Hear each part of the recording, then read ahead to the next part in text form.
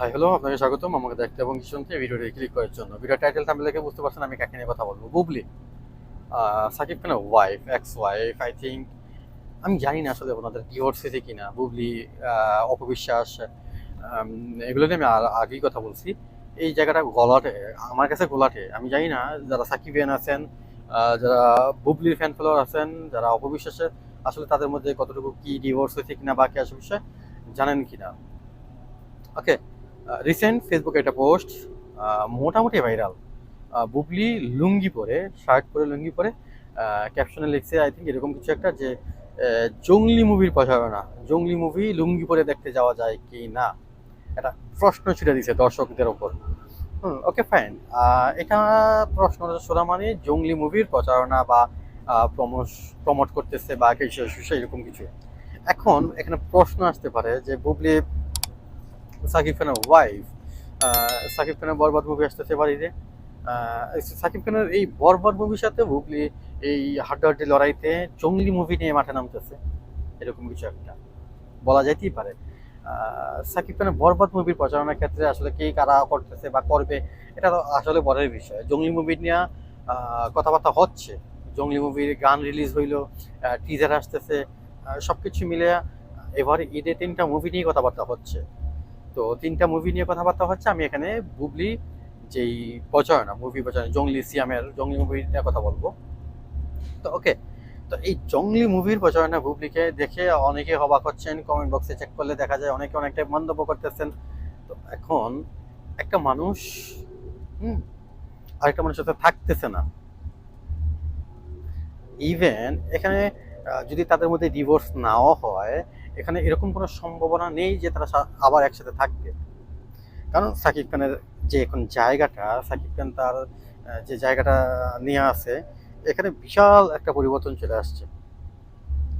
আরও 2 বছর আগে, আচ্ছা আমি 2 বছর কেন যাচ্ছি, প্রিয়তমা কিংবা রাজকুমার মুভির আগেও আমি আগেই বলতেছি, পাসওয়ার্ড ছিল, মেন্টাল ছিল, অনেক মুভি ছিল, লিডার আমি এরকম একটা মুভি ছিল মেবি। তো এই মুভি থেকে হয়তো বা আস্তে আস্তে সাকিব খানের এই মেগা স্টার হয়ে আসার গল্পটা শুরু হয়েছে। দম করে তুফান মুভিটা আসলো, তুফানের মতো করে আসলো, পুরো তুফান হয়ে গেল। তুফান মুভির একটা ঝলক পুরা সাকিব খানের কেরিয়ারটাকে আরো পুরাই মোটটাই ঘুরিয়ে দিল। Mega star Shakib Khan, king Khan. Okay fine. So Toofan মুভির প্রত্যেকটা গান, ডায়লগ তুফান মুভিকে বিট করবে। ঠিক এখন আবার কোনো মুভি, সেটা দাগি হতে পারে, সেটা বরবাদ হতে পারে, সেটা জঙ্গলি হতে পারে, সম্ভব না। এখনো ঈদের অনেক লম্বা একটা সময় বাকি। মুভিগুলা ট্রিজার রিলিজ হচ্ছে, গান রিলিজ হচ্ছে, কিন্তু যতটুকু যা বুঝতেছি আমি আমি দেখে আমার মনে হচ্ছে, বা আমার মনে হচ্ছে না যে এই ছবিগুলা, এই 3টা ছবি জঙ্গলি, বরবাদ, দাগি, তুফান মুভিকে বিট করতে পারবে। তো যাই হোক, সাকিব খান একটা জায়গা অলরেডি হয়ে গেছে। এখন এই সাকিব খানের মুভি যে বের হলেই এটা সুপার হিট হয়ে যাবে, ফ্লপ যাবে না, এরকমটা না। উত্তম কুমার, অমিতাভ বচ্চন, শাহরুখ খান, ওনাদের মতো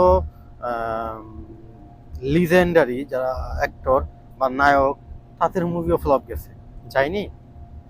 তো সে যে সাকিব খানের মুভি ফ্লপ যেতেই পারে, যাবে, এটাই স্বাভাবিক। এখানে অস্বাভাবিক কিছু না। তবে আমাদের প্রত্যাশা সাকিব খানের প্রতি, আমাদের আস্থার জায়গাটা অনেক উপরে উপরে। তার প্রতি এখন যারা সাকিবিয়ান আছেন, তারা সাকিব খানের মুভি ফ্লপ যাবে এই চিন্তা ভাবনা তাদের মাথা থেকে জায়গায় চলে গেছে। এখন এই বুবলি, সাকিব খানের ওয়াইফ, সাকিব খানের সন্তান বুবলির কাছে আছে। তো সব দিক থেকে জামাইয়ের মুভির প্রচারণা না করে সে জঙ্গলি মুভির প্রচারণা করতেছে। ইভেন তার নতুন মুভির কাজও আসতেছে, লাল টিপ নামের কিছু একটা মুভি, তো সে আসবে, কাজ অলরেডি শুটিং চলতেছে, শেষ পর্যায়ে হয়তো বা। সো যার জায়গা থেকে নিজের নিজের লাভটা, নিজের বেনিফিট, আমরা যাই বলি না কেন, নিজের জায়গাটা আগে সবাই বুঝে। এই সো এই বুবলির এই পোস্ট দেখে নেটিজিয়ানরা অনেকেই, অনেক কমেন্ট বক্স চেক করলে বুঝতে পারবেন, রাতারাতি মোটামুটি ভাইরালই, আমি মনে করি ভাইরাল। কারণ এ পর্যন্ত এটা নিয়ে অনেক সমালোচনা চলতেছে, বুবলি লুঙ্গি পরে জঙ্গলি দেখতে। তো বাংলাদেশে এই ব্যাপারগুলো ঘটতেছে, মুভি প্রচারণার ক্ষেত্রে তারা অনেক পন্থা অবলম্বন করতেছে, খুব ভালো কিছু আসতে যাচ্ছে। বাংলা মুভিতে অনেক পরিবর্তন আসতেছে, আরও আসবে, আরও ভালো কাজ আসবে, এটা বোঝা যাচ্ছে। এই যে হাড্ডাহাড্ডি লড়াইটা আমার কাছে খুবই ভালো লাগতেছে, খুবই আমি এনজয় করতেছি। মুভি যেরকমই হোক, কে কাকে হিট করতে পারলো, কোন মুভি ফ্লপ যাবে, কোন মুভি দর্শক দেখবে অন করবে না, কোন মুভির কাছে কে মাথা নত করছে, এগুলা মেইন বিষয় না আমার কাছে এগুলো মেইন বিষয় না। আমার কাছে মেইন বিষয় যে যেভাবে পারতেছে মুভি প্রচারণা করতেছে, যে যেভাবে পারতেছে মুভির গল্পের প্রশংসা করতেছে, মাঠে টিকে থাকার জন্য এগুলো প্রয়োজন। যারা ভালো কাজ নিয়ে আসবে, যারা ভালো গল্প নিয়ে আসবে, তারাই মাঠে টিকে থাকবে। এই হাড্ডাহাড্ডি লড়াইটা থাকা উচিত, থাকবে। সো এতটুকুই। সো ভিডিওটা বেশি বড় করবেন, সবাই ভালো থাকবেন, সুস্থ থাকবেন। ভিডিও ভালো লাগলে অবশ্যই লাইক করবেন, শেয়ার করেন। ভিডিও সম্পর্কিত যেই কোনো মতামত অবশ্যই কমেন্ট বক্সে জানাবেন।